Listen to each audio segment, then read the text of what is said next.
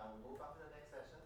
The first speaker is Mary, and she's from the Food Nutrition Department of Life Science, Programs of Nutrition Science, and she is going to talk about enhancing student language use in EMI nutrition education. Let's welcome her.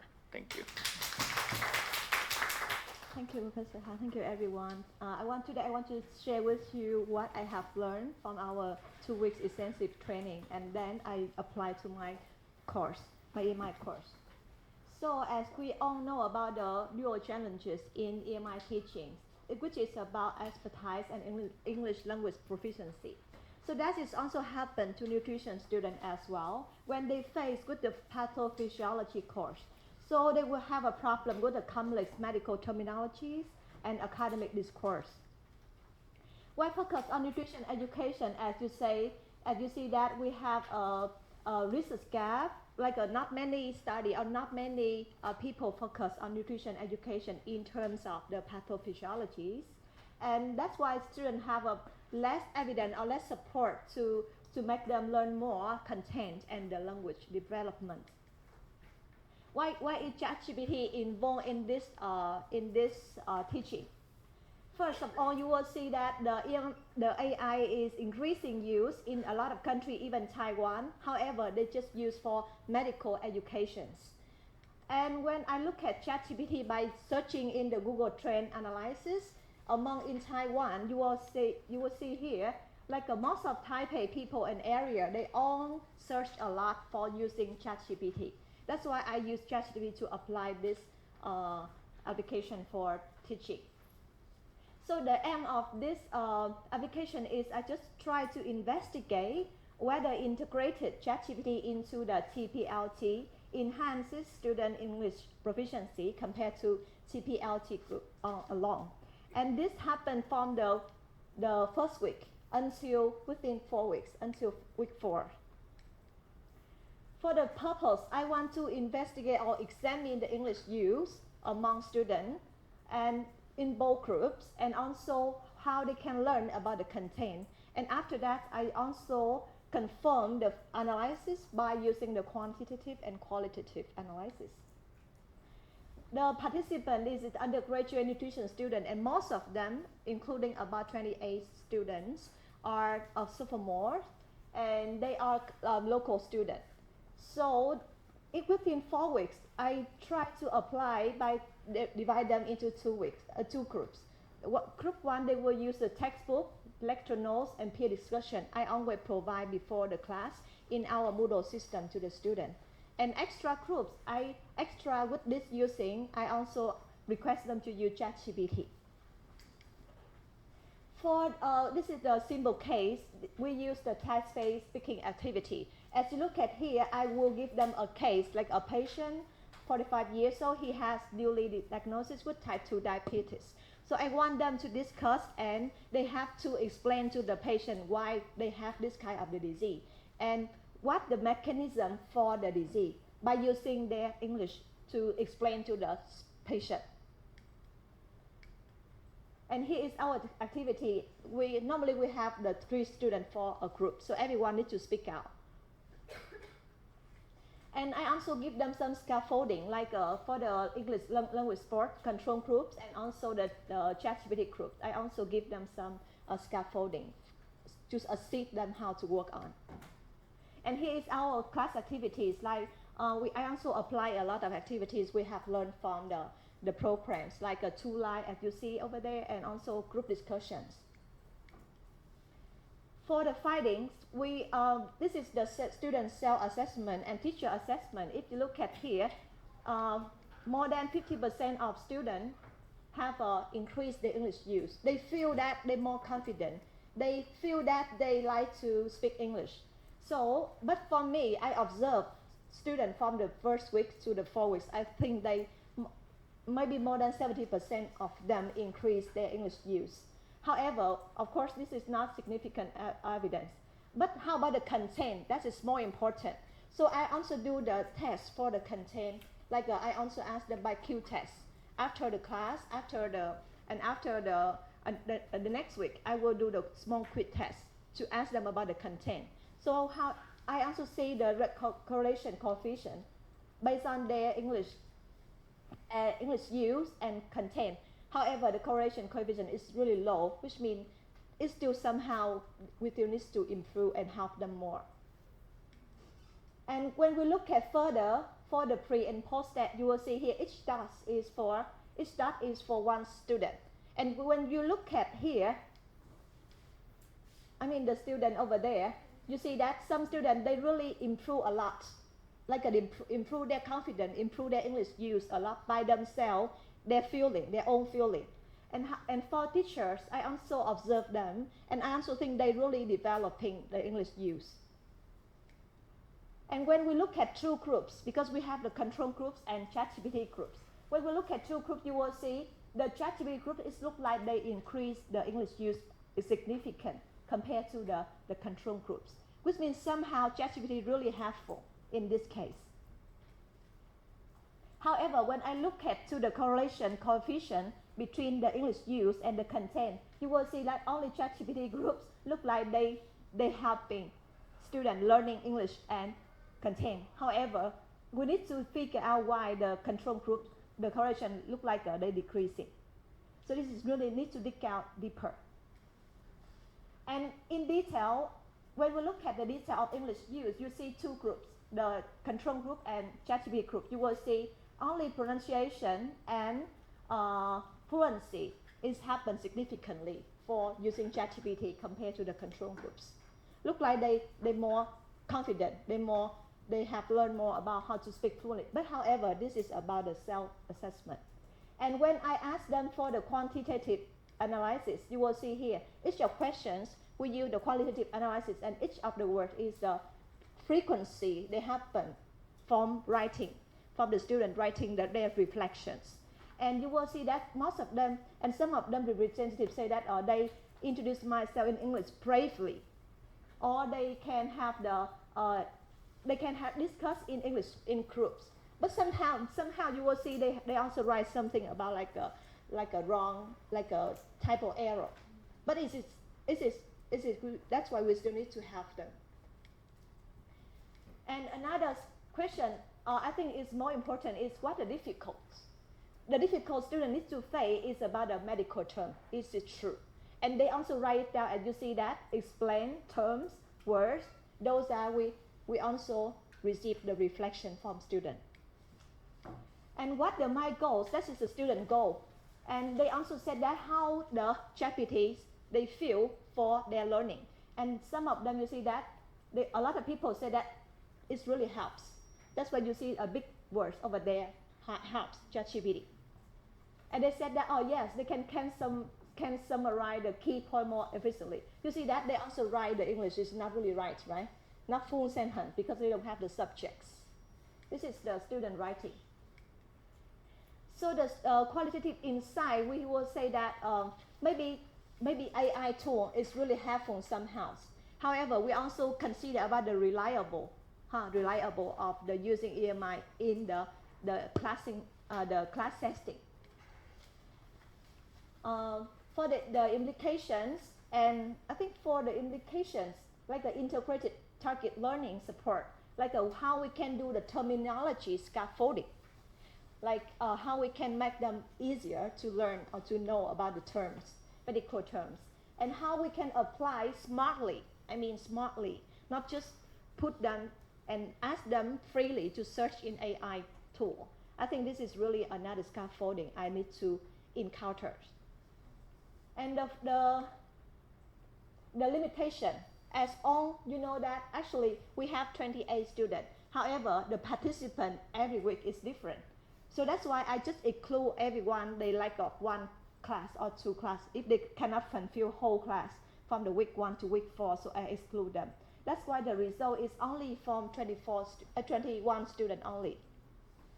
And we also need to have the validation tool, because right now I give them the self-assessment by their feeling.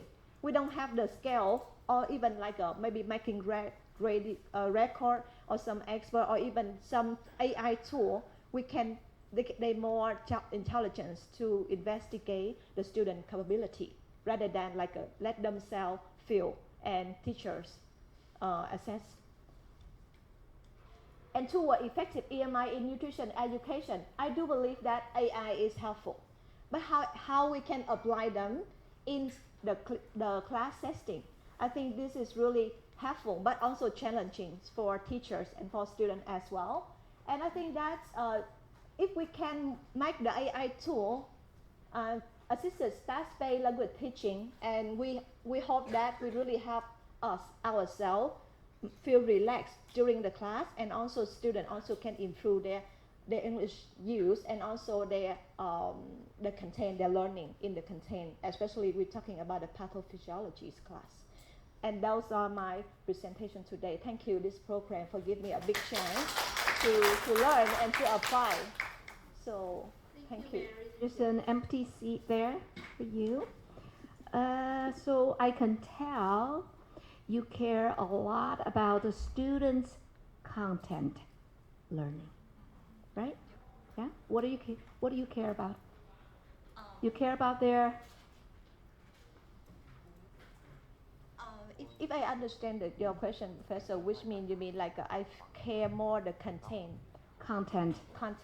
You care a lot about students' content learning. Is that correct? Honestly, I think both.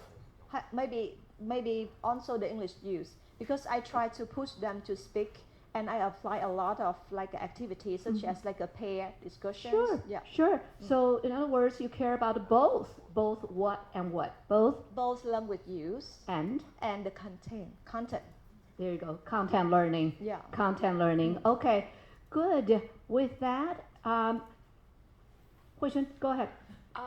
Because you mentioned in your study you have two groups, one using ChatGPT, the other one don't.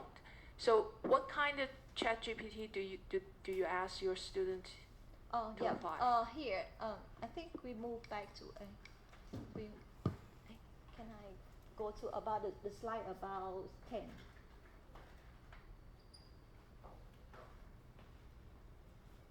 Yeah. So actually, I provide them how to ask, how to write, or even like a try to ask symbol to ChatGPT based on the test. I just gave it to them, the previous test here. Sorry, here. Yeah, because based on this test, they need to explain 3 questions. Because inside the class, actually, I didn't provide more scaffolding here. I should have. However, I give them the instructions, like what risk factors, the course and mechanism, and then how they can suggest subjects, suggest patients. So I didn't have time to put everything here. That's, to make it more clear about the scaffolding. For the other group who don't use ChatGPT, how do you know they don't? They didn't. Yeah. Thank you for that question.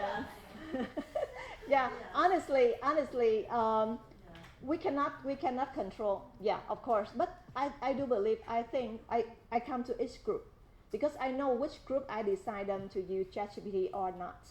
So I came to each group and I want to see whether they use which one, because in the class, in the Moodle system, I also provide them the ebook about the pathophysiology of type 2 diabetes. And I also guide them which pages they want to read. They should read in this textbook, so they can have some idea about talking. However, before this test, I already teach them about what the mechanism in the molecular way. Yeah. Thank you for your clarification. The next speaker is Yu Zhi. I want to see if now is okay. He wasn't okay before the break. Go ahead. Now I'm going to really step in, but sitting here. For today thank you for your presentation, and it kind of add more like idea about the role of chat robot and in learning or acquisition of language. Well, I'm gonna take the section today for example. I'm here not just to learn about the content from every the partner, but also I'm trying to listen to Professor Hans directing. For example, when she says step in, then I learned this is a word I can use in saying you're saying and whatever I'm trying to catch up, whatever language you use to direct this section. And I'm not saying Professor Han is like a chat robot, but anyway, but I believe according to my experience in TC, so far the English from Professor Han is the most accurate, almost the Microsoft can recognize 100% of what you are saying. Actually, I try to analyze your words to try to. Okay, now I have this turn on to me. But I mean, this is very good example as like this is more knowledgeable others in scaffolding or the proximal zone of development in language acquisition. When we think about the role of ChatGPT to provide a form, meaning, and function of language, and I really would like to know more about like everyone's idea of the chat robot, because it's gonna be it's gonna play an important role. I can see it. Okay, thank you. One thing that I can tell you about ChatGPT and human communicators is that there's no human communicator who can actually beat ChatGPT in terms of accuracy. Because if we're humans, we make mistakes. That's a given. Okay, yeah. All right, so with that, let's hear from Yonghui. I want to give myself an opportunity to self-correct because earlier I called her Yuhui. Yonghui, go ahead.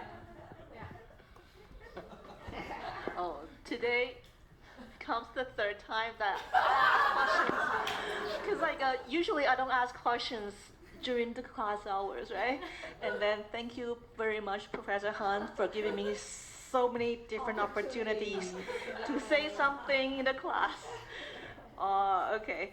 I would like to know something about how you conduct your terminology scaffolding process. Because in your class, there should be a lot of terminologies that students are not familiar with. So according to the pronunciation or maybe the definition or the context, how can you familiarize your students with that? Thank you very much. Thank you for your question, Dr. Yonghui. Yeah, actually the terminology is also difficult for any student, especially if they haven't learned before. Even when I was a student, I pay a lot of effort to learn. So for helping my student, whenever we comes up with the new terms, I will speak first, and I will request every class to speak with me together. Like, okay, for example, today we're talking about angiogenesis. So angiogenesis, I would say with them, oh, angiogenesis. So everyone, please, they say, oh, angiogenesis. So first, we need to let them how to speak out first. And then, how to make them understand. I will ask them first, whether they really know what is meaning. So if they don't know, maybe I need to write down. I mean, sometimes I need to use the board to write a picture. What is happened for the angiogenesis? So sometimes it really takes me more times to explain the terms. Yeah, and it is not easy because we don't have one or two terms. Sometimes we have a lot of terms. However, we can convert them or paraphrasing them to the words closer to them, like a daily use word. So I think it's just easier. Yeah.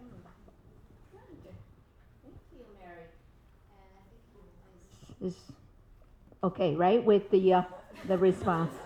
Okay, very good. All right, so with that, let's turn to Yulin.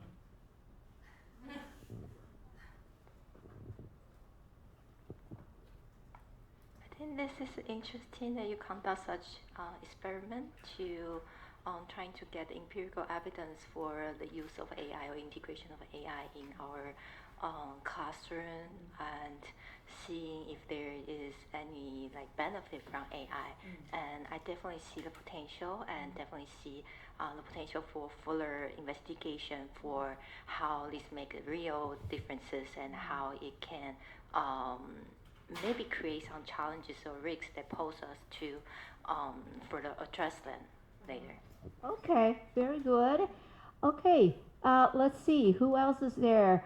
Yushong. We haven't heard from you at all today.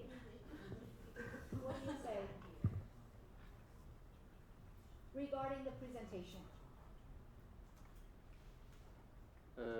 Yes. When you in conducting this kind of the activity, how do you feel if you encounter some of the shy students or some of the so-called extroverted students? Any different outcome? Whether this kind of pedagogical process more advantageous to the extroverted students? Do you feel that? Yeah, thank you for your questions. In the class, actually, we only have the extroverts, like I guess like a more active student. However, normally I try to make them balance. I will randomly call name, or sometimes I will play a games. For example, today, what is today? Maybe 28. So I pick the people with the number 28 in the class, for example. So sometimes I change a different way to pick randomly people. And for the active student, normally we don't have many active students in my class because this class is kind of not easy to them. So normally they kind of, if they're really excellent in English, but they still keep low profile. So, but I know who are good at, because they understand and they can communicate with me.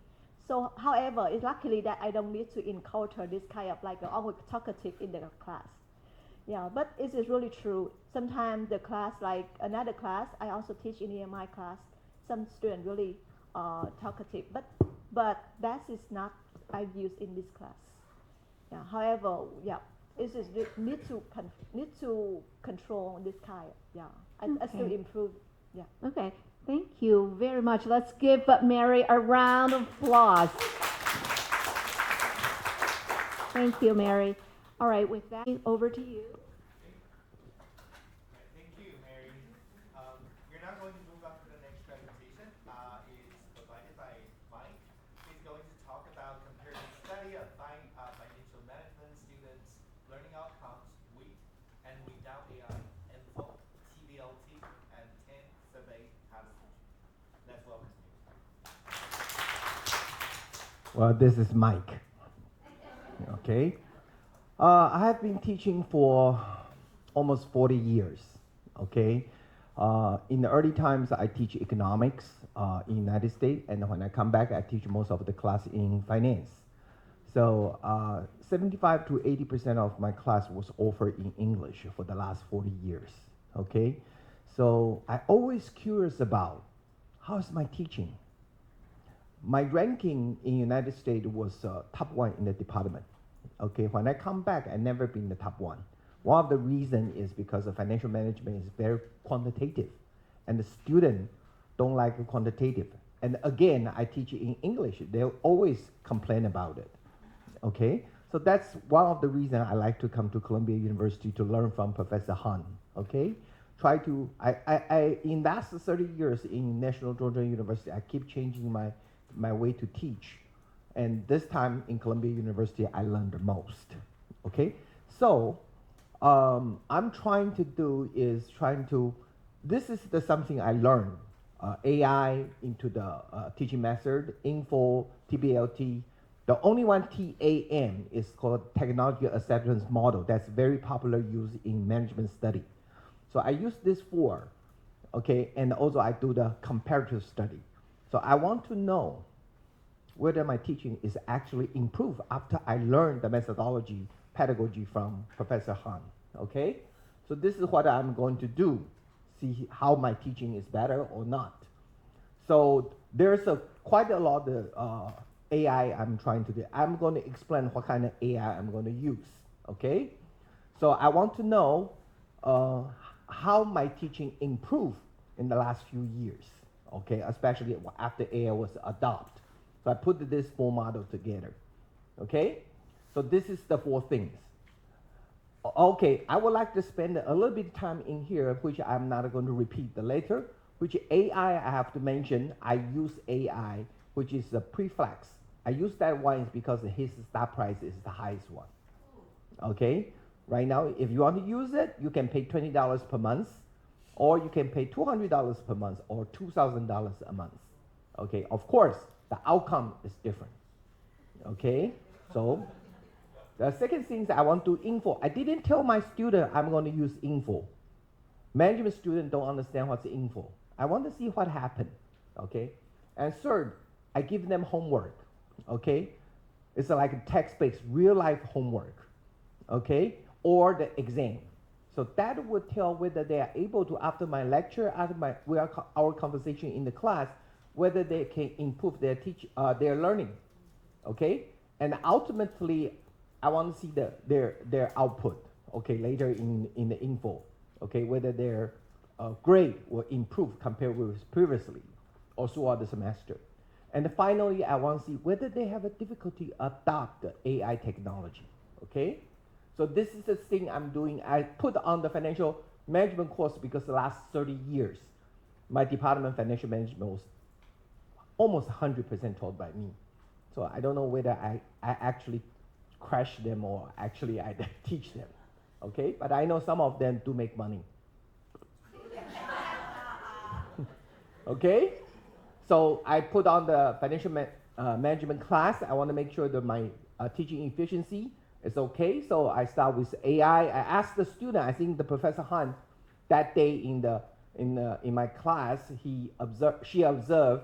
I asked the student use AI for one of the case. Okay. Also, I try to ask the student question and ask them to give me the feedback and to talk with me.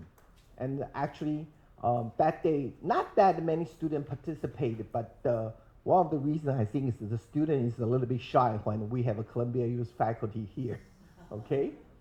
And I give the text base, which I just explained.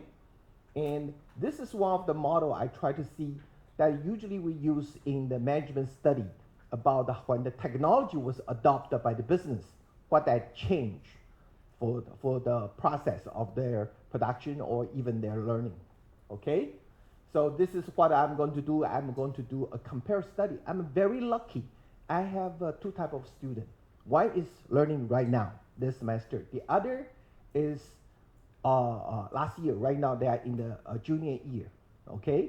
They are taking human resources class. I'm able to go to their class, ask them to fill out the survey. So I'm able to compare. Because last year, I didn't use this 4 method, and this year, I use everything. I want to see the difference, okay? So the objective is compare, see what happened, okay?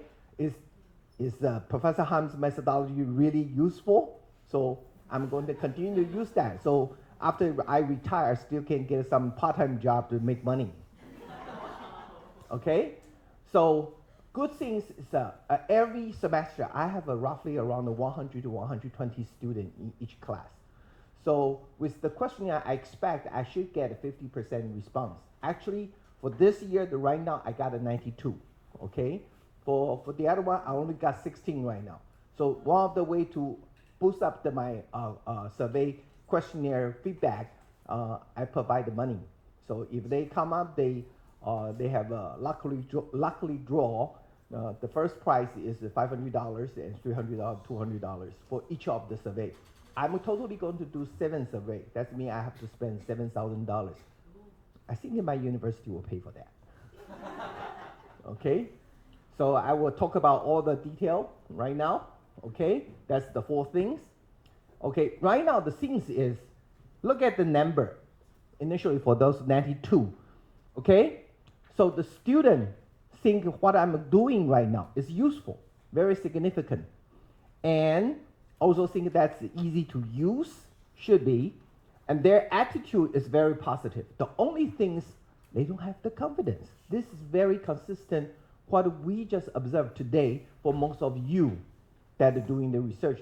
Students at this moment of the stage, they have lack of the confidence to learn, okay? And this is a very simple, because right now I got the data just last week.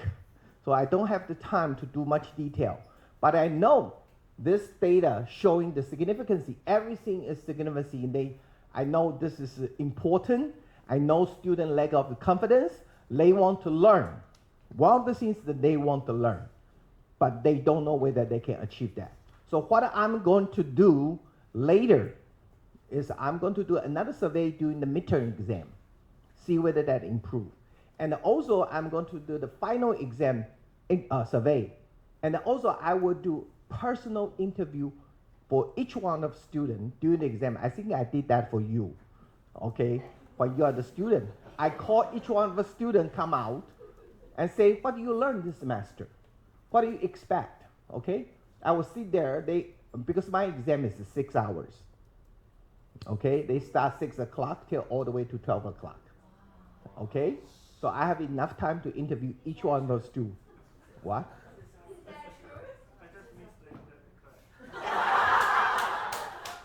You know, I still have your grade. Do you want me to post your grade here? I can do that. Okay? So anyway, so right now I'm pretty much sure students love to learn.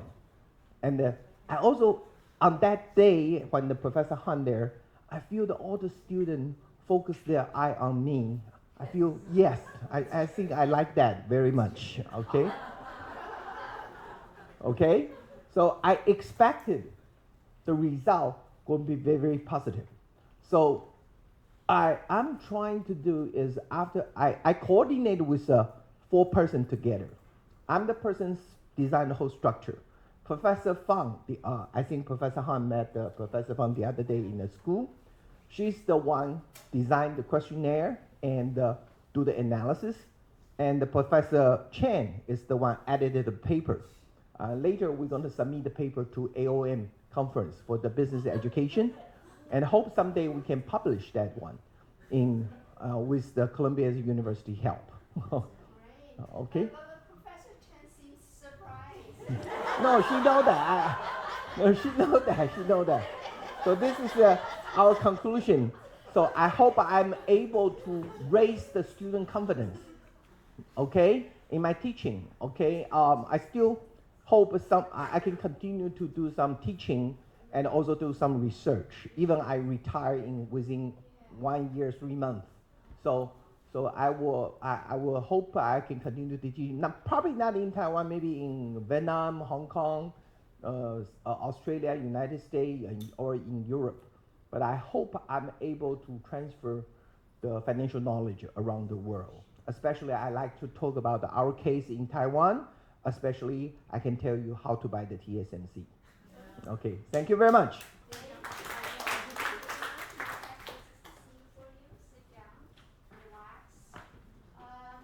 so the floor is open for discussion.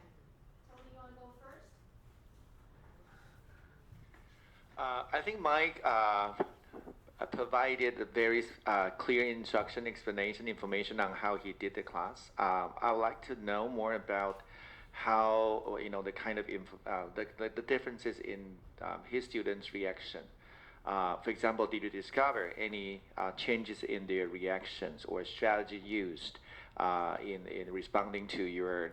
Because I can tell that you are using a lot of cases to engage their thinking, and you try very hard to create a conversation between you and your students. But I wonder, are there any major differences in what you are doing right now versus what you did in the past?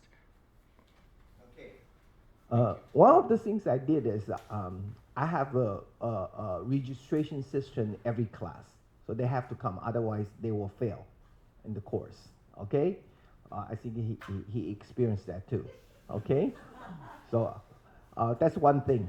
Another thing, because I changed the way I teach, I can feel the difference of the student willingness to come to the class. In the past, many of the students, because my class is 8:45, you see, undergraduate students don't come to 8:45 class, okay? So I want to make sure they come. So many of the students in the past, they don't come until the last minute of the class and they sign up the registration. Oh, so usually I only got the 2/3 of the student in the classroom for my presentation, but this semester, different. Okay, almost when the 845, 850, I would say the 80%, 85% of the student already there. Okay? Okay, so that's one of the things I think. And the other things, this time I put the more personal case. I was the independent board of director in the security firm. I was a consultant for Taiwan Stock Exchange and some security firm and the bank. So I even consult of the financial case in the real company. So I give them the example. So this is the case. This is the knowledge you learn from this class, and this class knowledge will help you in the future for you to manage the company and also make sure you invest on the right company to make money. That's make a difference. They understand that's importance. It doesn't matter which major in the business administration you focus on. You need this information. In other words, Mike was able to bring in authentic cases for students to look at. Can I be your class next semester? My class is online while I'm teaching. So you want to get on, I can put you on the online. You can listen. Okay. I also have probably offer another class in the future. It's called a personal financial management because that's teach you how to. I'm not asking you to become rich. I'm asking you become financial independent. Ah, that's nice. Thank you, Mike. Yu Ru.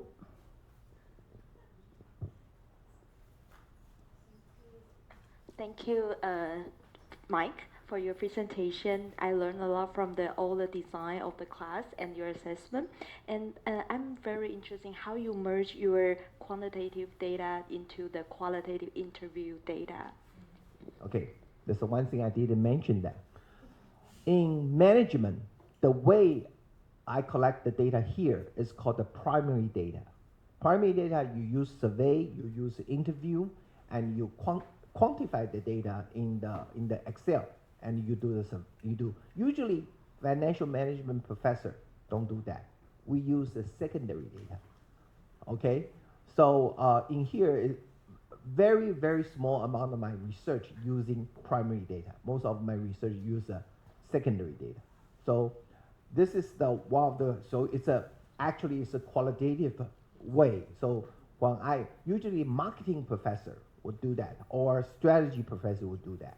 So doing that, so I think the other co-author, Professor Fang, are familiar about the data methodology.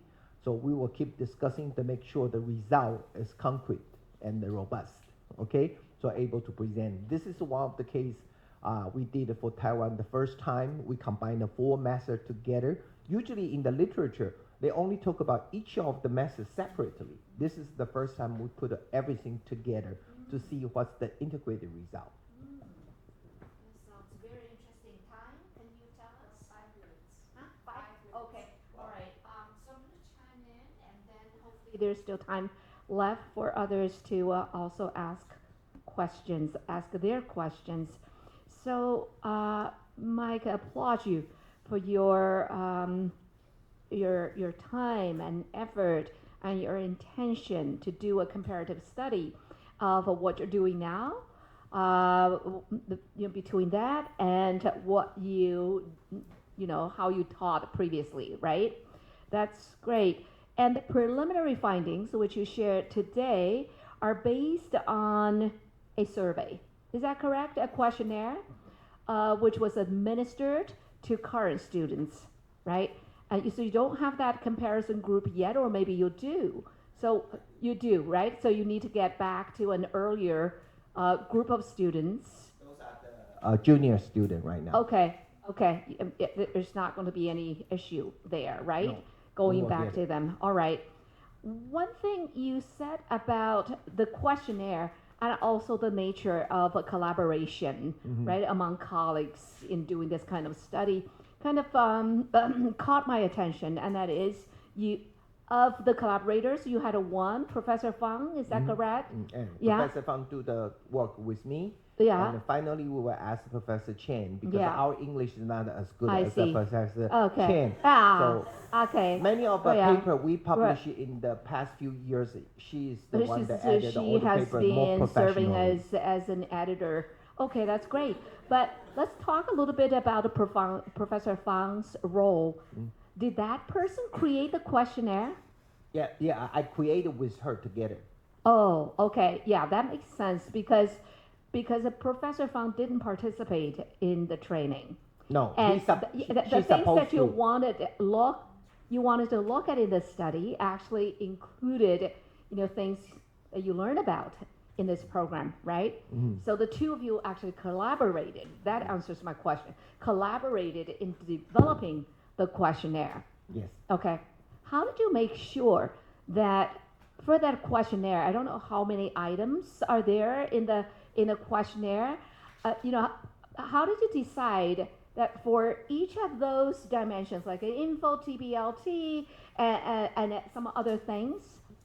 In our questionnaire, there's a sample here Right. in the article. So Right. we have a different section for each of this question. I see. We don't Okay. ask too complicated because if you make the questionnaire too Too long, yeah. the student won't answer. That for sure I put on the is true. Google so the student can answer Right. that survey Right. in 5 minutes. Right, that's great. So there are multiple sections corresponding to Each of the these sections. aspects, right? Yeah. So for each of these aspects, how many items did you have? Some was 5 or 6, some is a little bit longer, maybe 9. Ooh. Okay. Okay. But very fast, very Okay. easy. And Yeah. they should Yeah. just say they have a different degree, Right. say they like it or Yeah. they most like it or Right. whatever, different Right. degree. Right, So right, for the Richter scale. Sure, yeah. sure. Does that bother you that among the items you have an unequal distribution of It's a items? Like in one case you have 9 items, in another case you have 6 items. So would that actually affect the results? Okay, let's put I put all the student number there. Okay, so I'm able not only I'm able to know whether he answered all the question. Okay, I want to make sure that the observation, that record include all the answer. If not, that the data will be erased. It will be removed. Yeah, removed. Okay, the item would be removed. And also Okay. at the end of, other than just the primary data, at the end of the semester, since we have a student number, I'm able to put the midterm score and the final score. That's the secondary data. I can put in there to make sure whether their performance improved I because like of that. that change. I like that because otherwise you only have one type of data, and the nature of the data type is that you only have self-reported data, Yeah. and that alone may not be sufficient for a variety of reasons, one of which is the trustworthiness of students' self-reports. The other issue is that not everything is open to consciousness. In other words, what students are able to report can be limited, right? Okay, Yeah. so you're I going to do that. actually use grades, right? And I use the grade. those are more objective measures. So you're going to go beyond the current data type. Is that Yes. correct? Yes. Okay. I did that.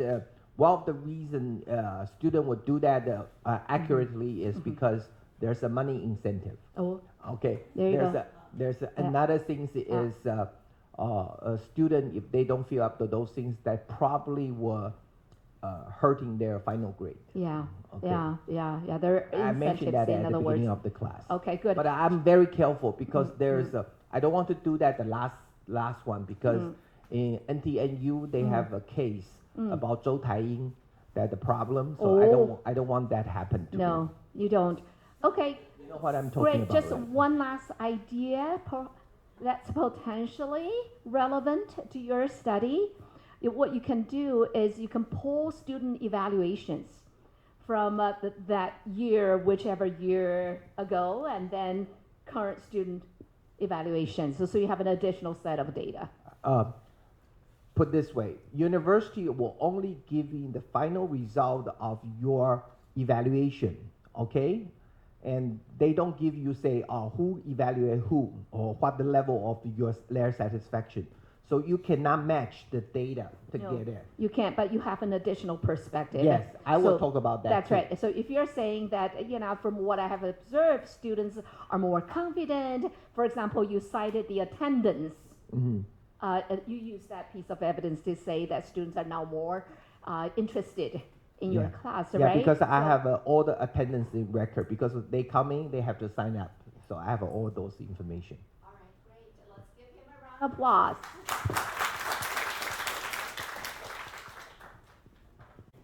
Thank you very much.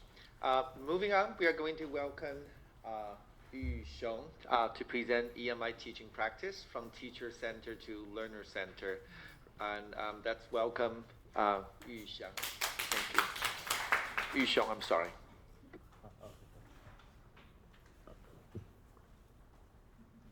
Okay, thank you. My topic is from the teacher center. Okay, go back. Okay, from the teacher center to learner center. Try to resolve the low engagement and passivity in math or physics intensive class. Okay. The class in the semester is semiconductor reliability. Basically the 15 weeks class, and we have 6 weeks up to this Wednesday. We have the one examination to the assessment on this pedagogical process change, and can compare with in last year we have the same class, the same paper examination. Then we can compare the score and the result. Okay. The first 2 weeks are the math or physics intensive the contents like this one. Okay, like this one. Okay. Okay. The problem statement, the puzzles, either from both from the lecturer and from the learner. From the lecturer is low, we call it low empathy, 就是同理心呐。Low because current most of teachers cannot understand in current students they are the discrepant learning environment between the generation, so-called generation gap, right? Current students are very colorful, the multimedia environment, but in the old stage, I mean, the basic are the heavy textbook, not so attractive. So we just can read the textbook, but current professor just based on this kind of thinking, using the standard heavy textbook, especially the fundamental class. This kind of textbook may be using already the several tens of years using the same textbook, but they still using this kind of textbook to teach.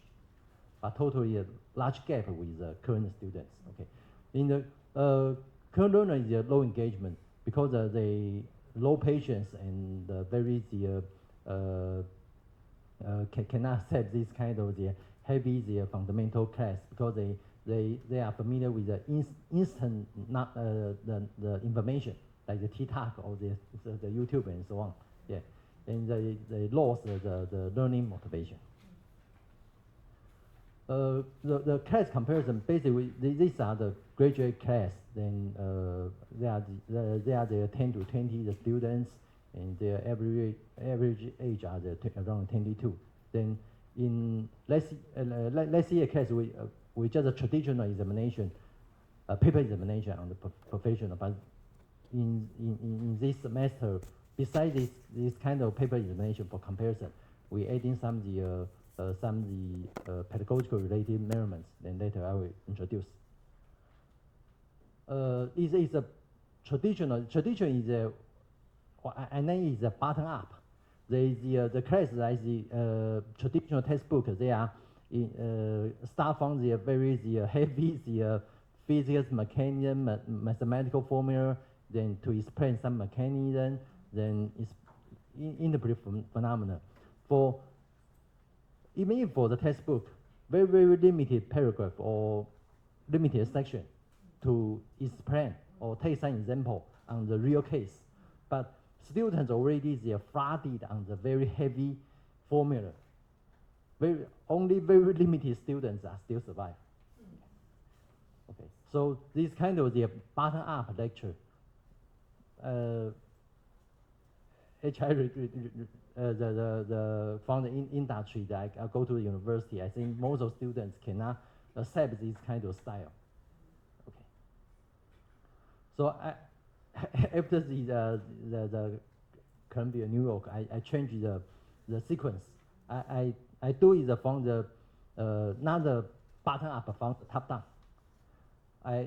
previous are very limited real application, but later I will example. I start from the so-called the word learning here, the automatic material, the connected to the very live application. Then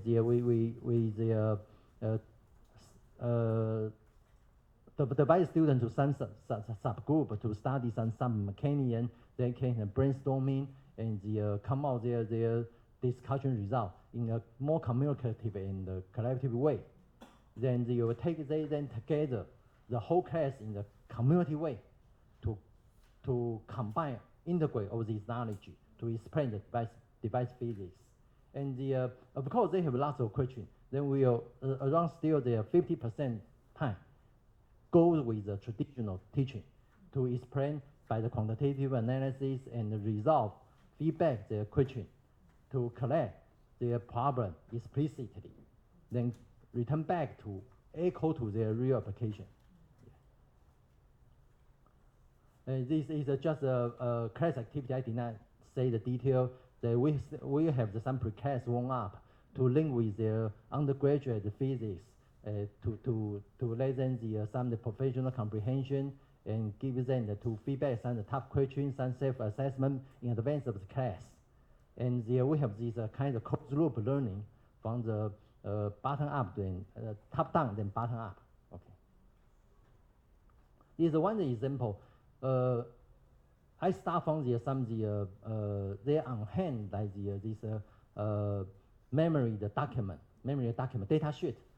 You can easy to Google it. Then they have some product spec and some reliability spec like how long and your operation range and so on. Then let students let them know why you need to learn in this class, why and how the reliability you can learn from this class and how it's useful. And after this class, you can learn what kind of knowledge. Then every of the document or the product data sheet, this kind of product you use every day.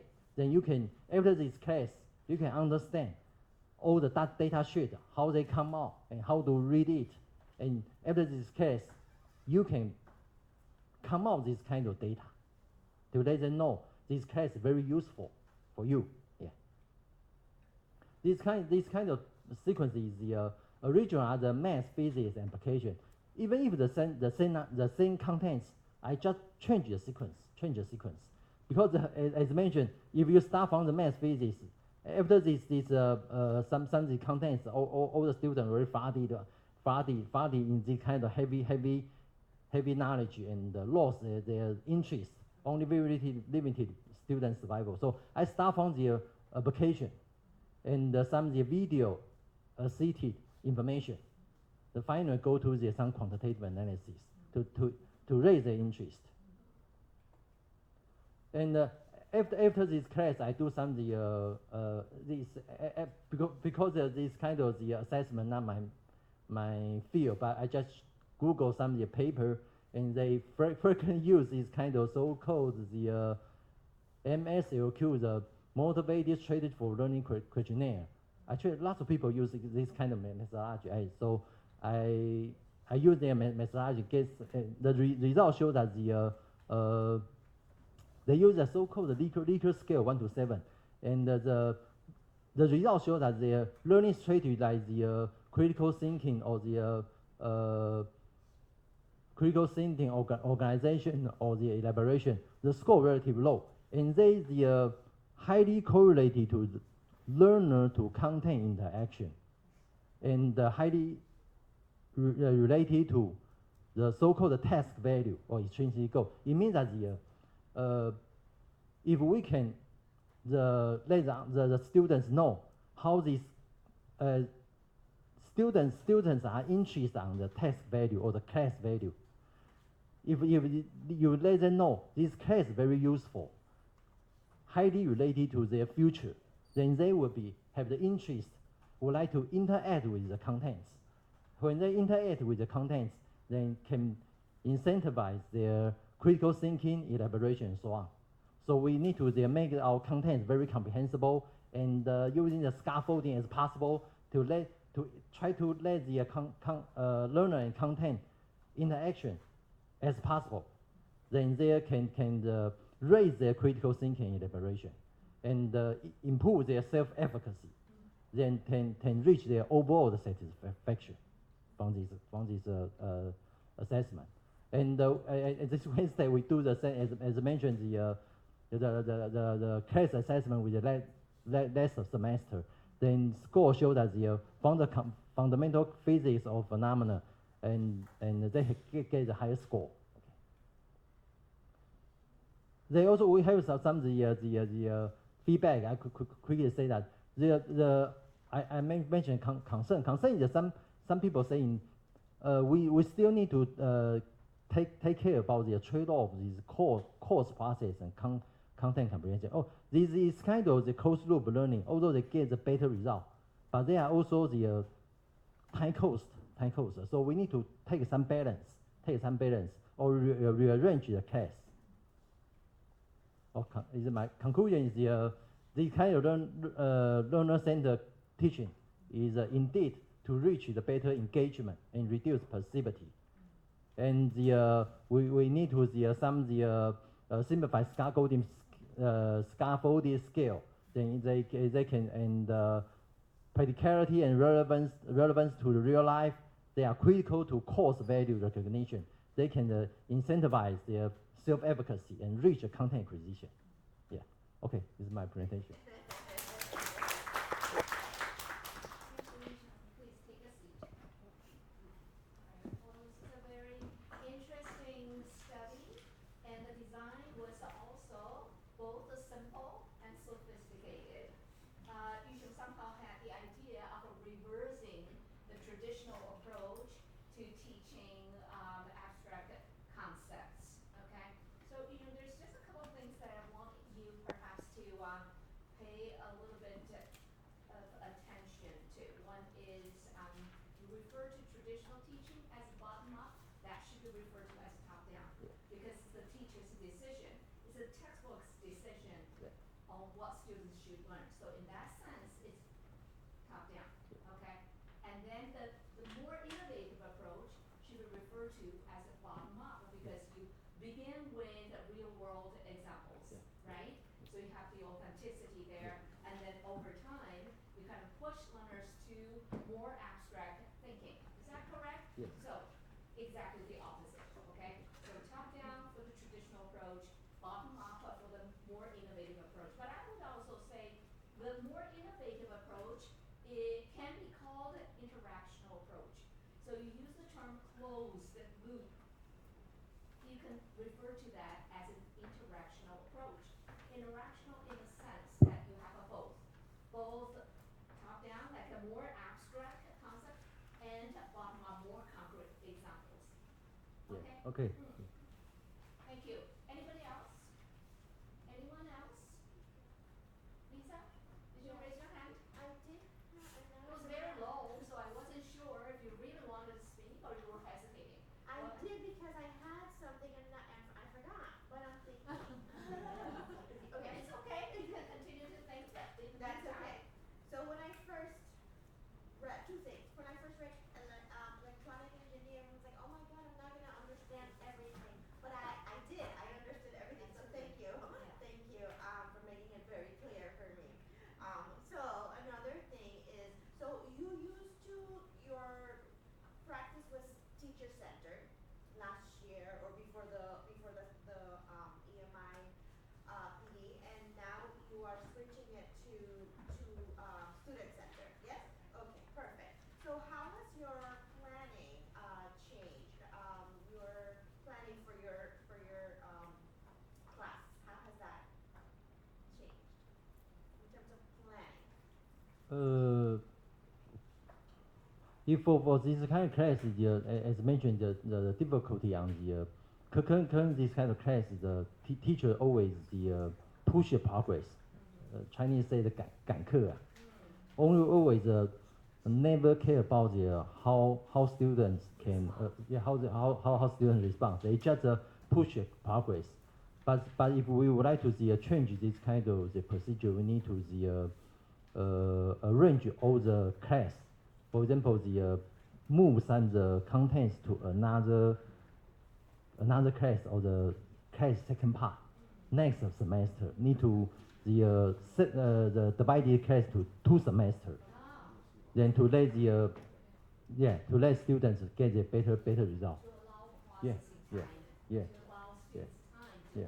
If this class is very important, we need to do this. I think so. I think the learning is going to be deeper. Yeah, yeah.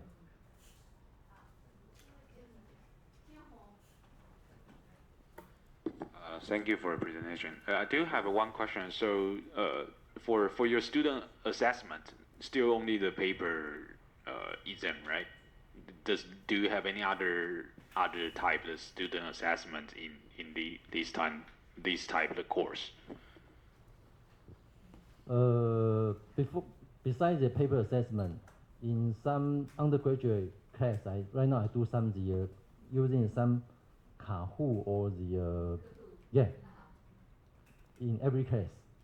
Very limited. Otherwise, the students will easier sleepy or very finger busy, right? But if you mentioned I will do some examination, just using the online test very soon, maybe just 5 to 10 minutes, because they still care about their score.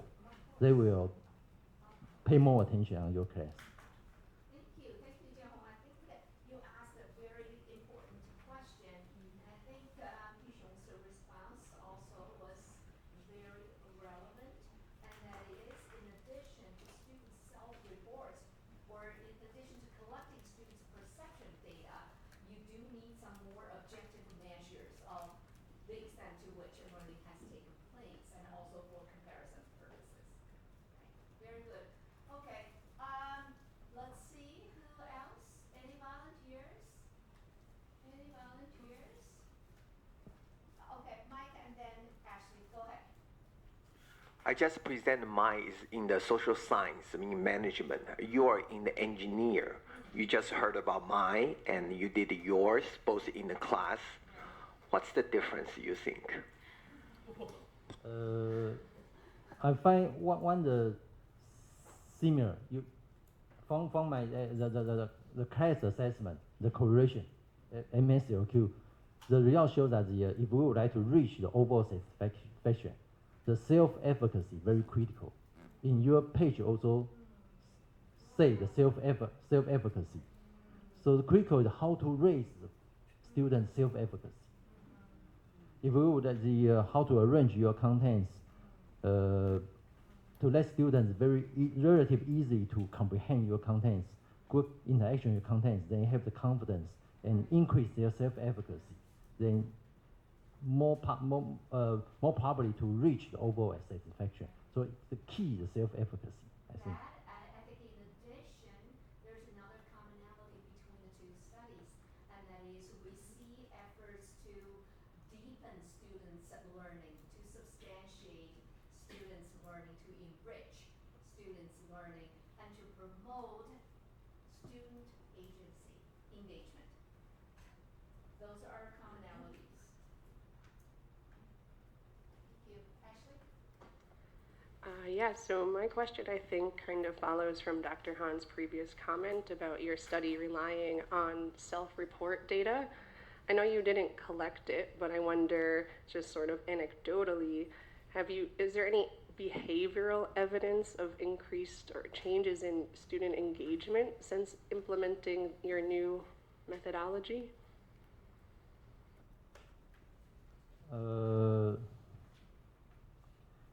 As I list in the last page, I also do some open-ended question.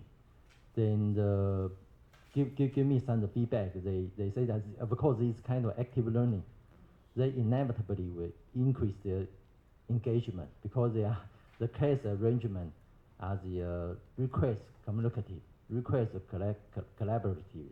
So of course definitely the engagement will be better. So observation of in-class engagement participation. Yeah. That could count as behavioral evidence. Like in Mike's case, Mike cited student attendance rate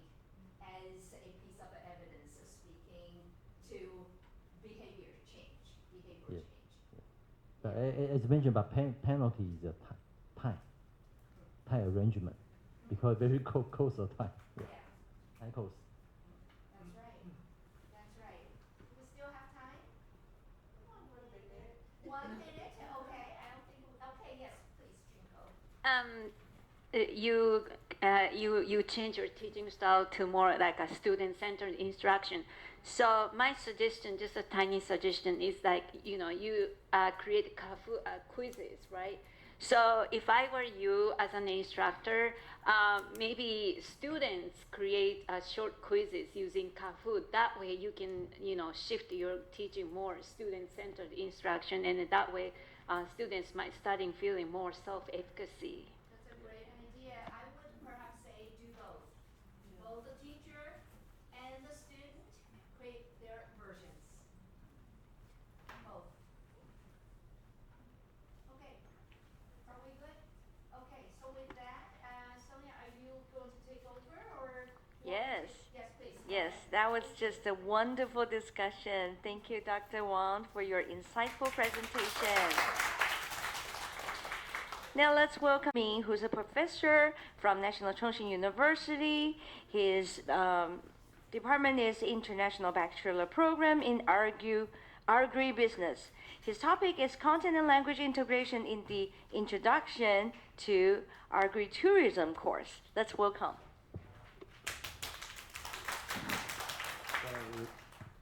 Good afternoon, Dr. Han and Lisa. Actually, I'm each professor. Long time no see. Okay, so good afternoon. I haven't been in the morning, so I'm sorry, but I enjoyed the discussion and engagement since I am here. So my course is agritourism, and this is the outline. So following the Dr. Han's structure. So here are the instruction, because in my previous class, in my program, a student prefer the practical work, because the agricultural, usually people want to go to the field to learn a skill, but they ignore the knowledge. So we think they prefer practical work to theory, which limit their understanding and ability to apply the knowledge. The puzzle is my previous EMI teaching also follow the traditional lectures. Students feel bored, and with the limited interaction because of teacher's personality, and I don't use the TA very well. So it happened before.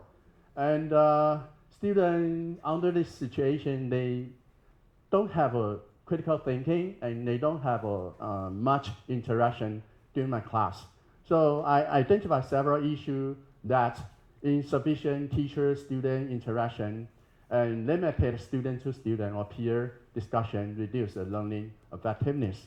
I propose the test-based and also collaborative pedagogical learning strategy in my study this time. And here, I take my lesson plan as an example. In my class, I review the previous lecture, and then I introduce the main glossary and also vocabulary pronunciation, sentence making, because my students have a 26 students. They come from 12 countries, so quite diverse. And here is one of the, the think, pair, share, and scaffolding, and I give them the task. For example, what motivates you to travel during the summer break? And ask your partner, and to come here, and you share your partner's opinion, and the other one share the other ones. So this is an incidental, implicit learning, because we have a different cultural background. So people can learn from, oh, you come from France, you come from India, you come from Sri Lanka, so they feel shocked and they feel impressed. So this one is incidental learning. It's work very well. And also in my study, in my teaching, we use a vocabulary gap filling activity. You can image this girl, suppose you are the girl. So during the summer break, you have a chance to have an exchange program in UK. So I asked them to write. And also the other students have to read in the discussion board. So students can apply their skill for reading and also give them reply. And here as the gap filling activity, I use AI to generate. But beside it, we have a vocabulary expansion. So we use the field trip, a real word, to practice. So students went to the mushroom tribe in Zhanghua, so they can learn a variety of mushroom, different color, different shape, and they learn real things better than learn knowledge from the books. Okay, so that is very interesting part. They can really content and learn the agribusiness and agritourism, and especially different countries students, they can do the mushroom growing, and also they can learn the food and agricultural education. That is the FAE, popular in Japan and in Taiwan. So they kind of learning a lot of things, and also they can learn something different from the book, like mind sitting and breathing body with the growing mushroom. So here, oh, I'm sorry, yeah. Okay. All right, so I have many things, and I will show next one. So here is the explanation of interconnection between the three industries. And as people know, under agriculture, you have a primary, secondary, and the third and a tertiary industry, and cross different, the field, agriculture, forestry, and fishery, and animal husbandry. So students start to learn the concept and principle, and they have to learn how to apply it across a different field. So in this case, we also use a group work because we went to the Greek classroom. We played one game, an ocean battle activity. So we assign different roles to them: ship handler, and record keeper, negotiator, and strategist. So they have to play together, and Greek classroom is very interesting. The chair can move everywhere, and then the table have different color, and you can write everything on the whiteboard. So students learn many things inside it, and we also use the bidding. For example, it's a higher bidding and excellent bidding, and you can write a number on the paper, and then we can announce. So it's quite real world situation they can play. So here we learn from Dr. Han and also Columbia University. We want to equalize participation, share responsibility, and also save time, allow for focus, and allow for differentiation among students. So here is our students. I want to play the video, but later on, yeah, because I asked my TA to make the video when they do have some negotiation. Very interesting. They start to, have a bargain, and also they want to buy how many ships and then how much money they can deal with. So it's kind of outside the classroom, they can learn some business negotiation strategy. Okay, here we also use the business model genre based approach. So this process I actually apply WH question, discussion, reporting, asking, clarification, and suggesting. So here I also follow this construction. For example, 9 elements in the business model from the value proposition and customer relationship until the construction and the collaborative and independent construction among the few students together. And we explain the business model and also align with the SDG goals. So we use a Slido and ask them to provide which is SDG goal, and they actually reach during the ocean battle and agritourism activity, and they give me the several SDG goals, so I can explain to them. Then they can have some discussion with their partners. So by this way, they can understand specifically for under agricultural, under marine resource. Yeah. So here is a language function with the agribusiness model. So here I can play. So no volume.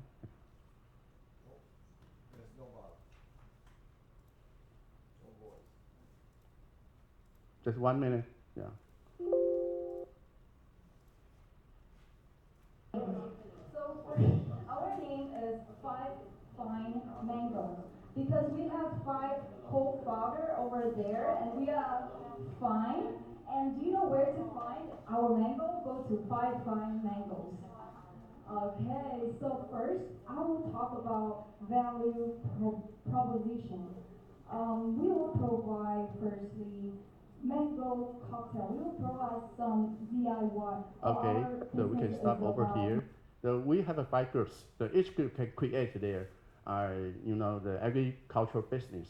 For example, they use a creative way, like there's a groups with 4 ladies. They create a tea business. The name of company is Beauty. Okay, and then that group is the Fine Mango. So they have to explain the company names, starting from this logic, and then they move to their the business, and then in the end, they introduce their agribusiness model. Okay, so here I asked them to do the homework, not only during the class, but also they can apply to the, their country. So here is another service quality delivered in among the different customer segments. We actually use the TREA, tangibility, responsiveness, reliability. Okay, the service quality across different stakeholders. For example, disabled people, family with kids. Okay, and different groups or customer segment. Then they can have a different thinking, and they use the chat station and talk with each other. So I think in the end, they really have some idea about how to deal with different segment in the future based on the service quality.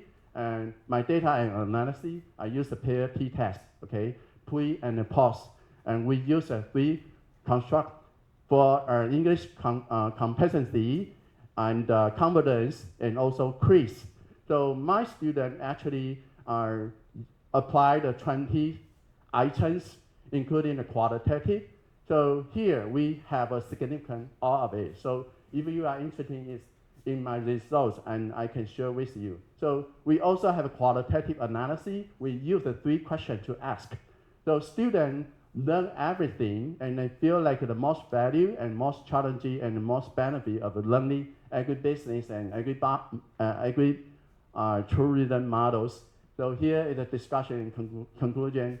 The results of the peer t-test show that EMI course are integrated, collaborative, and pedagogical strategy had a positive impact on students, the learning outcome, and also the improvement, increase the interaction, and then finding also shows that students feel more confidence applying their knowledge. Although within 6 weeks, so next week could be our 7 weeks. So it's really hard for doing these projects. Yeah, because we have to collect the data and then ask students to do everything, and then I have to analyze everything in detail by myself. So our results echo my topic. Integrating language and content instruction could be the very useful, effective approach to enhance English proficiency and subject knowledge. So for others, I just summarized everything I apply in the class for my students. So again, you can take a look, and then we can share together later on. Thank you so much. Thank you, Jimmy. What really stands out about the study is the use of real-world tasks, authentic tasks, and really turn them into opportunities for students to learn both the content and language. Thank you, Jimmy. With that, I'm going to invite Jimmy to offer her comments. Okay. I really appreciate what you did for your students, and a very interesting topic. And I just wonder, like, when you go ahead to ask them to give the presentation for their own company or own product, and what is the intention you like to do, and what is the purpose for the whole progress, 5 weeks progress, you think, what is the impact on the whole things? Thank you. Wow, this is a very big question. Okay. So the company I designed, I actually prepared some of the example for them. For example, I just introduced the concept of agribusiness model, right? So as you know, there's a consumer side, value proposition, customer segment, and then a channel and customer relationship. Together, these four elements form the revenue. They have to know each one by one. But after we explain, they don't have any memory or they don't understand. So we have to give them the example. So we just use the genre-based approach. As I told you, first we did construction. We introduce one by one, and then follow the procedure. So by this way, students have a more idea. Then in the second time or third time, we start to ask them to create their own business. But students want to know what kind of business is more attractive and creative. Okay, so my student created like a tea business and milk and then mango, and even there's some interesting CB coffee from Indonesia. So you will see different countries, students, they prefer the things in their country because they want to apply the agribusiness and the knowledges and then also do some agri-tourism. So that is a very realistic and then direct. And also the intention is like because I emphasize that agri-tourism and agribusiness model is quite important. We cannot just pretend like we are tourists and hang around everywhere, and then until the end of this semester, students learn nothing, right? They have to really experience everything, listen to the interpretation, and play the DIY activity, and learn everything, and then know the core value of running a business until they are confident. Then we give them the final project task to ask them to guide the elementary school student in the end of the semester. So we have that final project. But I couldn't make it right now because this is a sick risk. Yeah. So it's quite a long process. So I think I can share with you later on. Thank you. I appreciate it. Thank you. That's really good. Yeah, you too. Well, I really appreciate that your adaptation of the genre base or something, and I'm curious about how you classify or identify different genre for different contexts that are related to the target task that you use in your classroom. So how do you identify them, and how do you decide which one to put? Yes. Correct. Yeah, that's a very good question. And previously, when I learned the first terminology about genre, I feel, what is that? Even harder to pronounce. Yeah. And later on, I spent a bit time about the content and the language integration. So I have to let them learn more, not just language. They have to learn everything about the model. So model could be the many elements combination. So for the first stage, I have a test, the construction, right?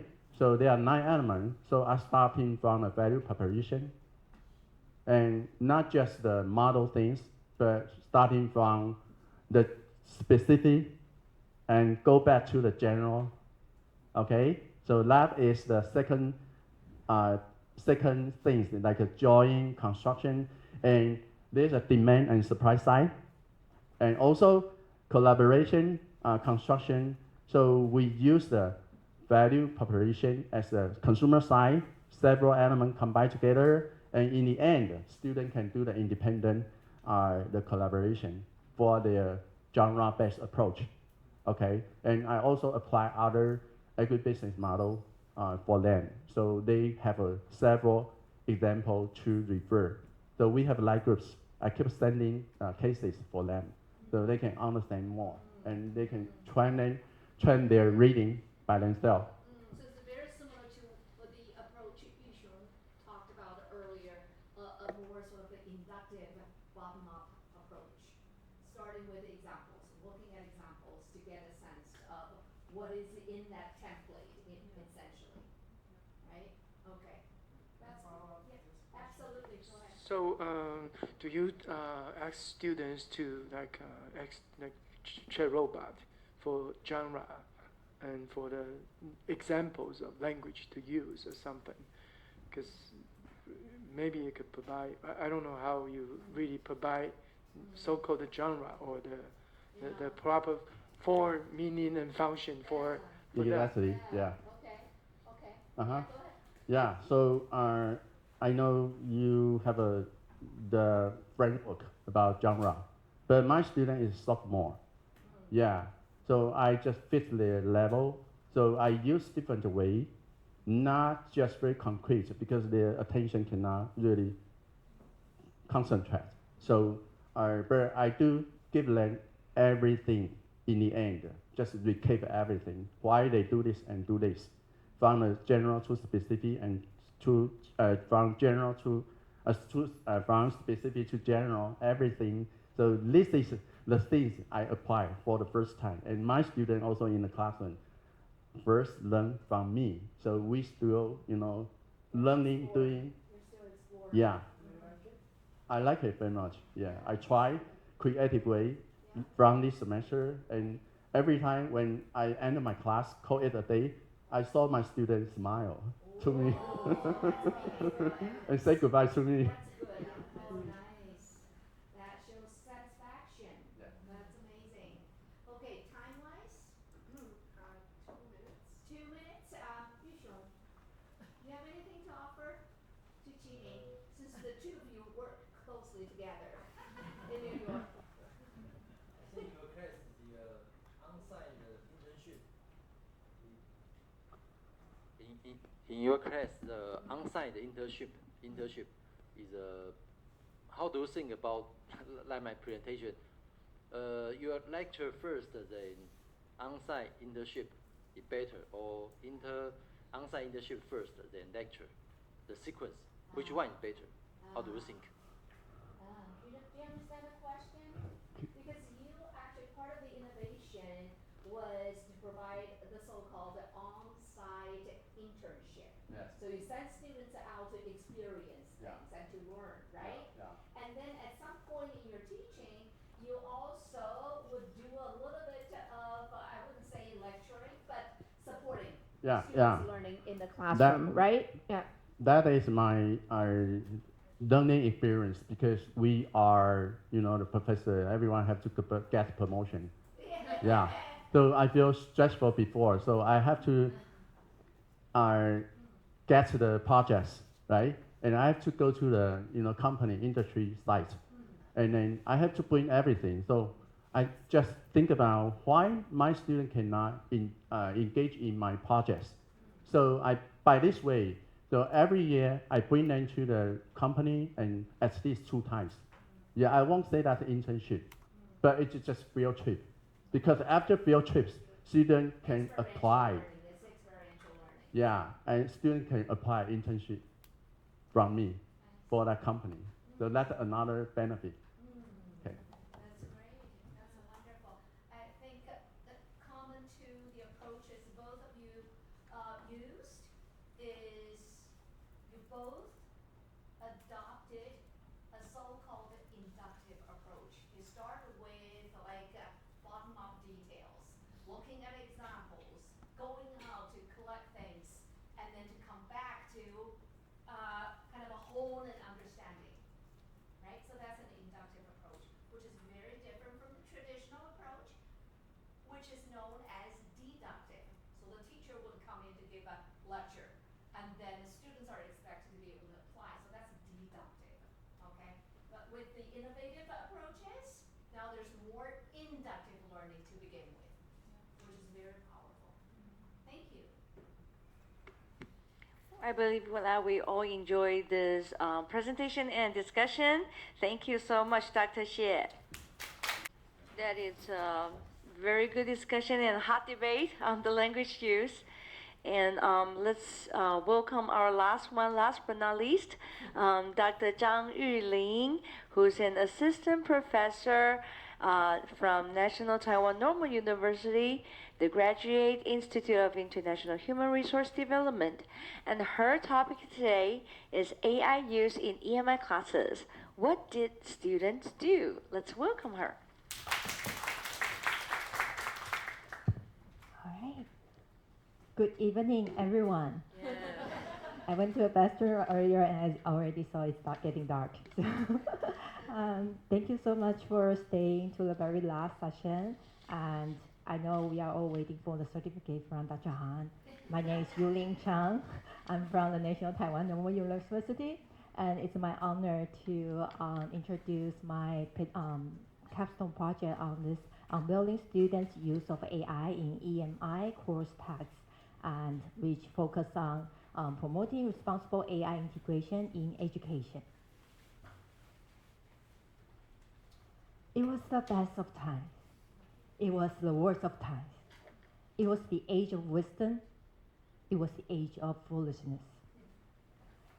It was the epoch of belief.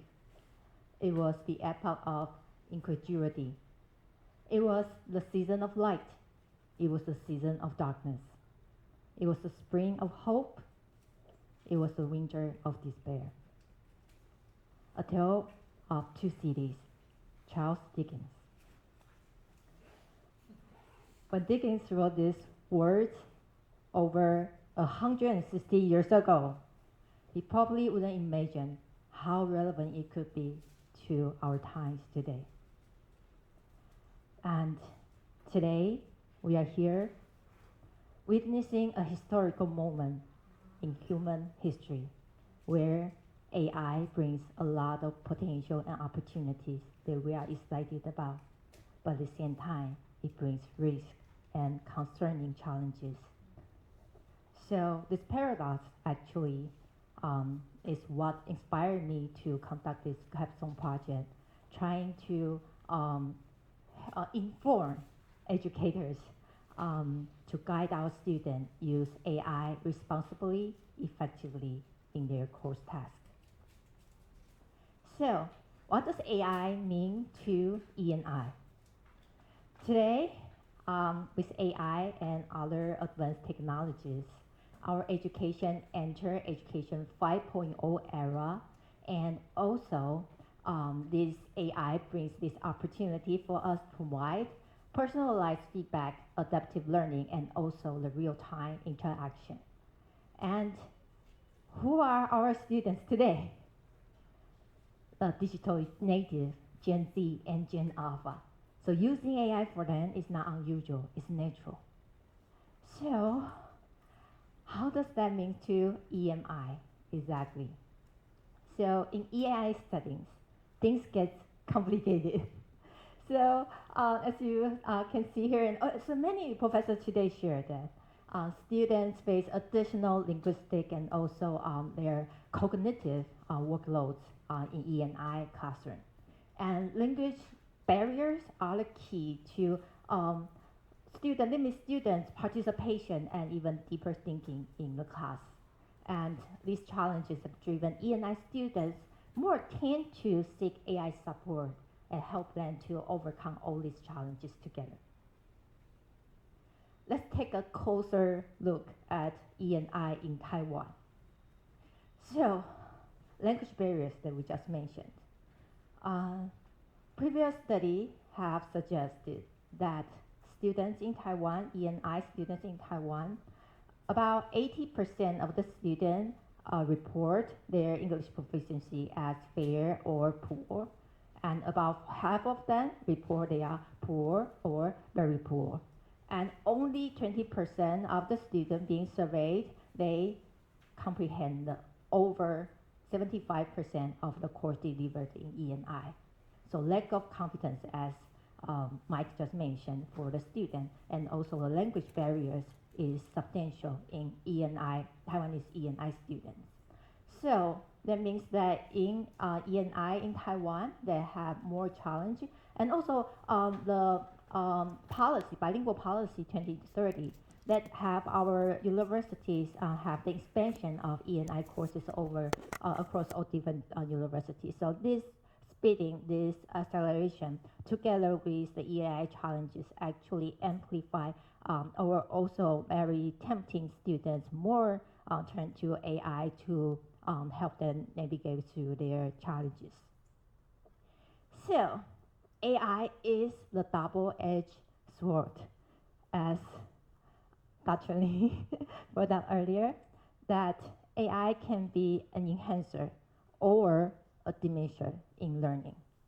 So in a good way, AI presents opportunity, provide personalized language support, or enhance comprehension and improve our academic writing quality and provide 24/7 learning assistance. However, they pose risks for plagiarism and hinder the development of critical thinking, reduce creativity and problem-solving skill, and also students' autonomy and superficial learning outcome. So what should we do?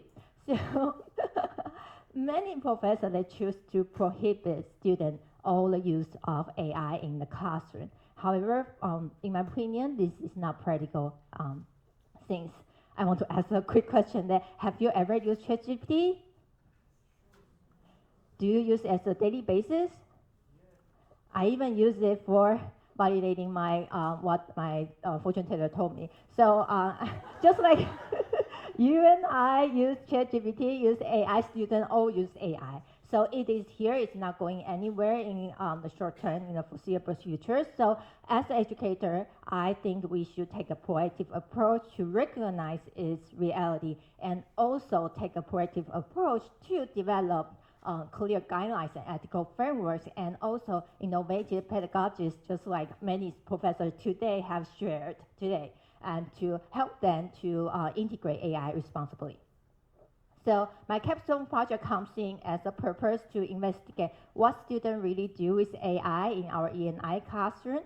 And I have 3 research questions, including what are the purpose that students use AI in E&I classroom, and also what stages of the writing process they use AI, and also what are the ethical concerns emerge from their use of AI. And for the data collection, I collect data from 82 students from 5 E&I courses during fall 2024 to spring 2025. And those data were voluntary AI disclaimer attached with their assignment submitted. And those data include corpus 90 paragraph, 140 sentences, and over 2,000 words to be analyzed. So how to turn qualitative data, the test data, into quantifiable analysis. So natural language processing, NLP, is the approach to this quantitative analysis. So I use TF-IDF for analyze keyword to analyze our RQ1 for purposes, and also use topic modeling for RQ2 to see the emergent things and correspond to their semantic structure and the learning process. And finally, I use qualitative methods as well. So this is a mixed method approach. So the qualitative analysis using the discourse analysis to analyze those words that are submitted in the written report. So the 2 guiding frameworks, I have the phase of academic writing, 6 steps, and also the transformative learning theory to investigate like their AI use if they have facilitated any transformative learning outcomes.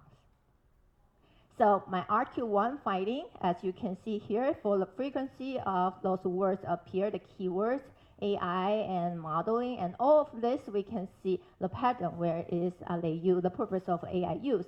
They can be categorized into cognitive support and also quality improvement, like edit, correct, and so on. And then writing tasks, so you see write and language, English, and multilingual language support, so English language and also translation. So these emerged terms see their purpose.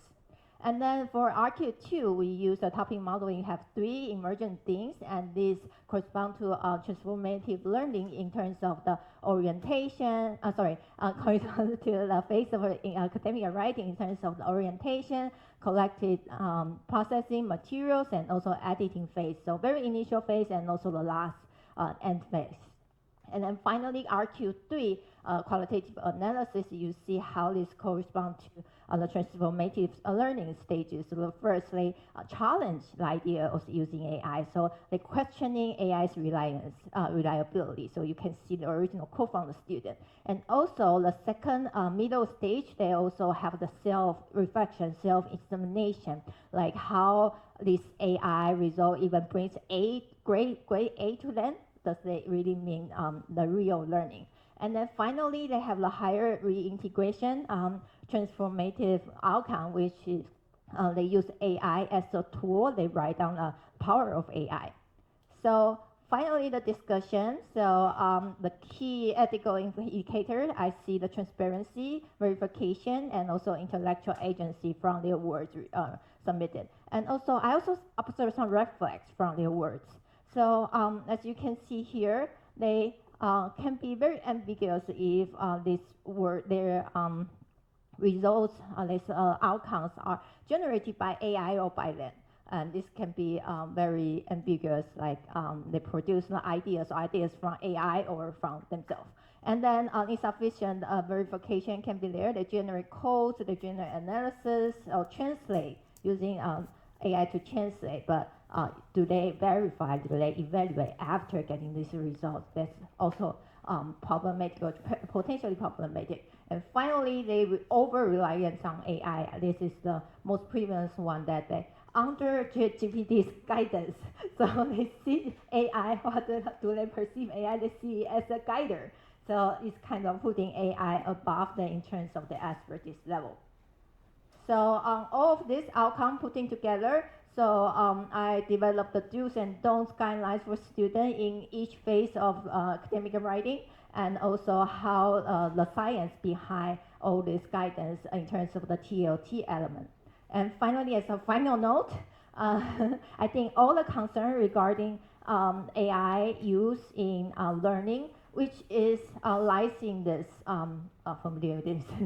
pyramid. So AI has the capacity to skip everything at the bottom and write straight to the creation stage. So student has, if they use without any guidance, it's very easy for them to learn nothing, just have the superficial learning outcome. So as educators, I think that this lies in our reliability to guide students to make sure their learning process have, their learning experience have involved all these necessary cognitive development elements being embedded into their learning experiences. Thank you.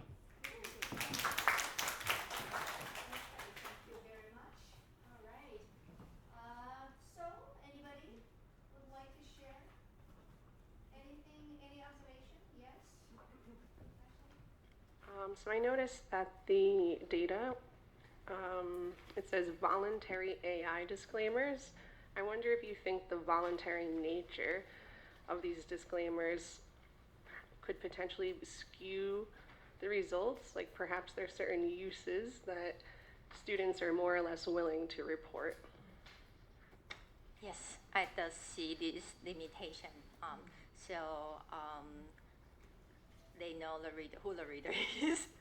So I think they will tend to have like acceptable disclaimer instead of those unethical use. So there will be some like blind spots that we cannot discover. So it's probably just one approach that we try to investigate, but it cannot say it's all. Yeah, good. Good question, good response. This is just one type of data, and it only leads to one understanding. A more comprehensive understanding needs to be based on multiple perspectives. Okay, anyone else? Hi. Throughout the day, we keep talking about the application using AI. We keep ask question to AI and give us as a solution. That's basically what we are doing as a faculty, as a student.